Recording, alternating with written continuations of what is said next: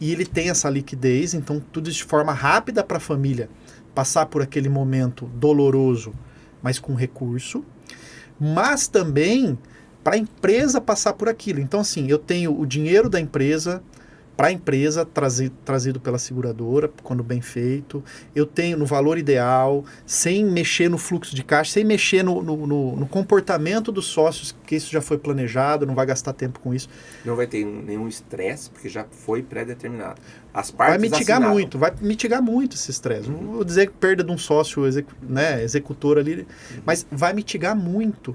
E aí eu garanto a empresa rodando, o CNPJ vigente, e não só a minha família dos sócios, mas também dos 100 colaboradores, como nesse exemplo, tranquilos de que, puxa, foi planejada uma sucessão, a empresa vai continuar de pé, forte, focada na sua atividade fim, as minhas famílias estão garantidas.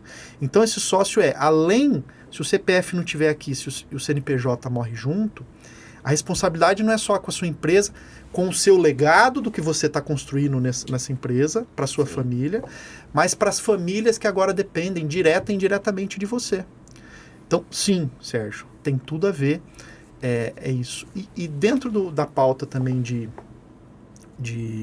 do planejamento sucessório, empresarial, de novo, não estamos pegando no assunto dos colaboradores nessa pauta, que é muito importante também, mas ela pode ser feita para os sócios, e aí é muito mais sentido aquele sócio mão na massa, não investidor, aquele que se ele não tiver ali realmente vai perder. Compromete o desenvolvimento da empresa. Principalmente esse, não que os outros também não podem, porque daí tem a parte dele, da cota, mas também para alguém que eventualmente não seja sócio, mas seja um executivo-chave, como a gente fala.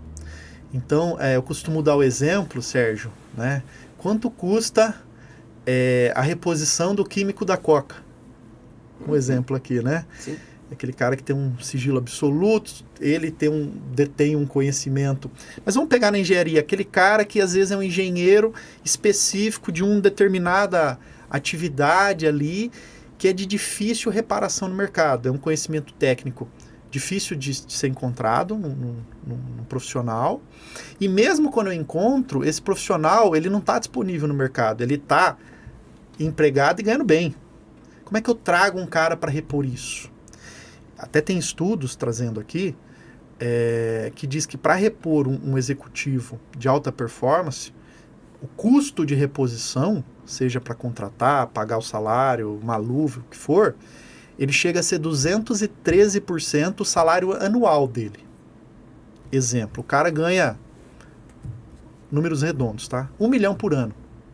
Eu posso gastar até mais de 2 milhões para o custo de reposição de um executivo-chave, onde a perda daquele talento...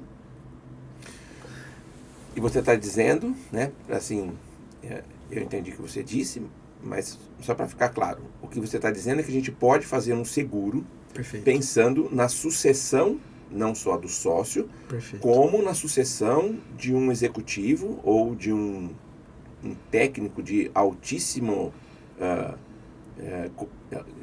conhecimento, um técnico detentor de um conhecimento que é fundamental para aquela empresa funcionar. É isso aí. Eu posso fazer um seguro de sucessão para essa pessoa. Pode. Na MAG a gente tem essas duas modalidades, pensando na sucessão empresarial. Quando eu falo da liquidez para os sócios, eu chamo da nossa linha Partners. Quando eu falo do executivo-chave, eu estou falando da minha linha Talent. E aí tem um outro porém. O Talent pode ser um executivo ali que não seja sócio, e já ficou claro, com uma capacidade técnica e de conhecimento de difícil reposição. Esse é o cara, e eu preciso de uma grana até para buscar no mercado essa reposição. Mas pode ser que, dentre os sócios, eu tenha algo misto. Por exemplo, poxa, nós somos 2 sócios aqui, mas eu sou comercial. O cara da engenharia, que eu estou numa empresa de engenharia, no exemplo, o cara da engenharia é só meu sócio. Quem tem o conhecimento operacional do negócio é ele. O comercial sou eu, um exemplo, tá? Que também existe. O administrativo... Mas se eu não tiver aqui, beleza, ele vai ter que rebolar ali um pouquinho, mas ele até repara. Agora, se ele não tiver aqui, a empresa acaba. Aí eu estou falando de um sócio específico, que também é o executivo-chave. entendeu? Também pode ter esse misto. Como é que eu descubro isso? Só numa consultoria, né? E aí para entender o que cada um precisa. Cada empresa é um organismo próprio e cada uma tem ali as suas necessidades. Mas a gente está trazendo à luz aqui as modalidades e o porquê é importante fazer esse planejamento. Entendi. Ô Ricardo, nós estamos falando de um ponto de vista, né, de um olhar que é o nosso, né, tanto o meu quanto o seu, eu enquanto corretor de seguros e você como um executivo da MAG, que é uma companhia de seguros, que é um especialista em vida e previdência, mas a gente precisaria de alguns parceiros para fazer um bom planejamento, né? Nós precisaríamos de um advogado, especialista no direito contratual, muito provavelmente, a área contábil da empresa e a financeira da empresa para ajudar a gente a determinar qual seria o valor do capital segurado. Então, assim, é um trabalho em conjunto, né?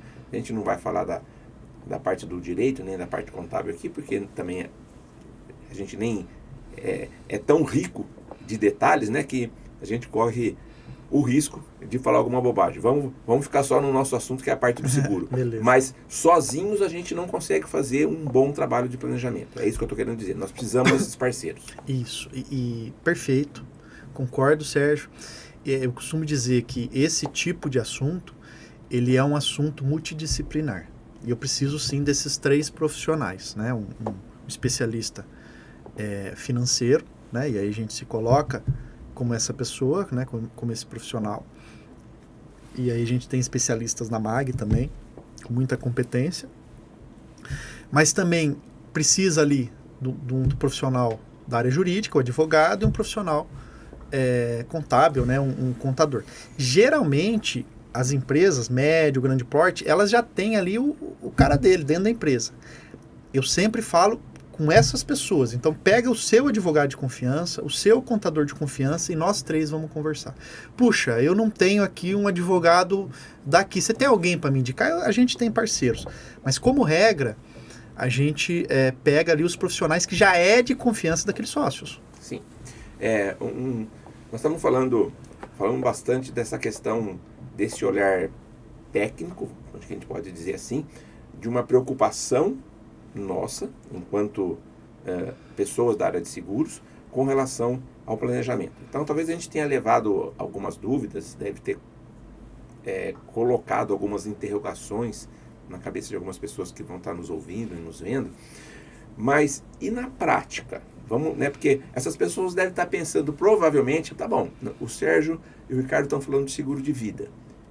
A indenização, vamos dizer que na falta de um segurado, então nós temos uma apólice vigente de uma determinada empresa, nós temos os segurados que são os sócios ou aquele técnico, e quando a gente fala em seguro de vida, a gente pensa na indenização para a família, certo?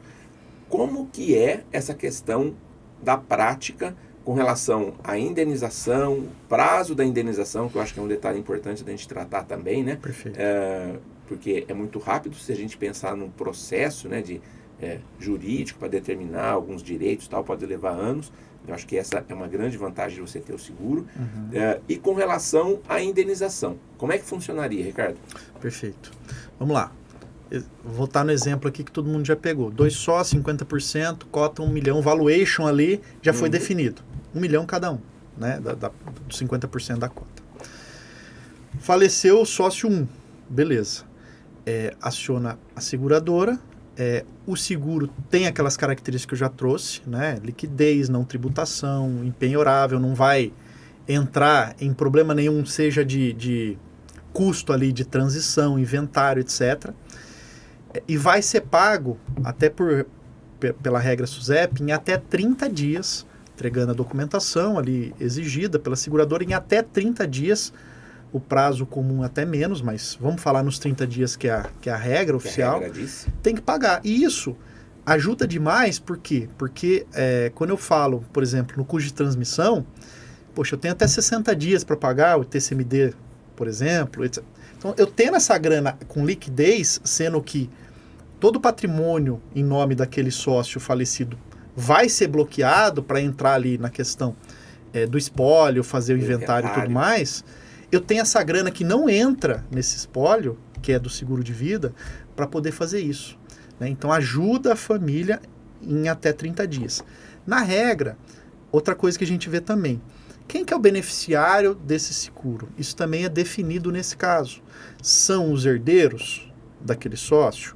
Ou é a própria empresa, o CNPJ, que já está num acordo de cotista, ou já foi colocado num contrato, e por isso precisa também... Já foi pensado no planejamento. Exato. Isso já tem que ter sido pensado no planejamento. Já está preto no branco. Já foi feito um planejamento dessa sucessão. Então, quando a sucessão se faz necessária, o planejamento já está feito, agora vamos aplicar.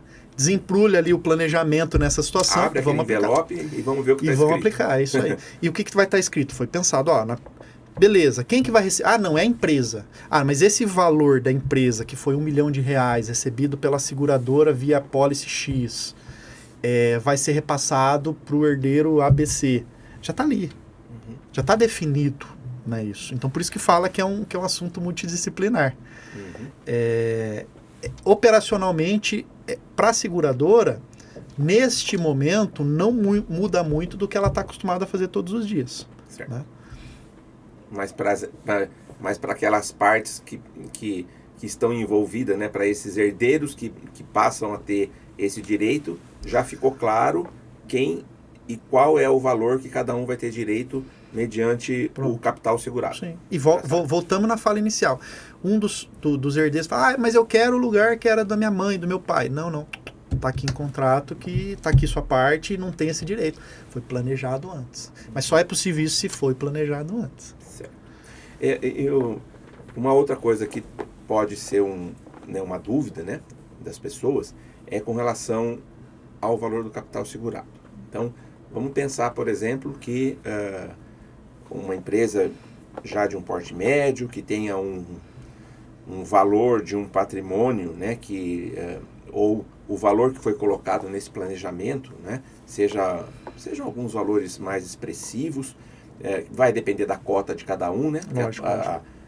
No exemplo que você deu de 50%, então uma empresa que tem um valor de 2 milhões, como exemplo apenas, se aquele cotista tem o valor de 50%, ele tem 1 milhão. Agora, se ele tem...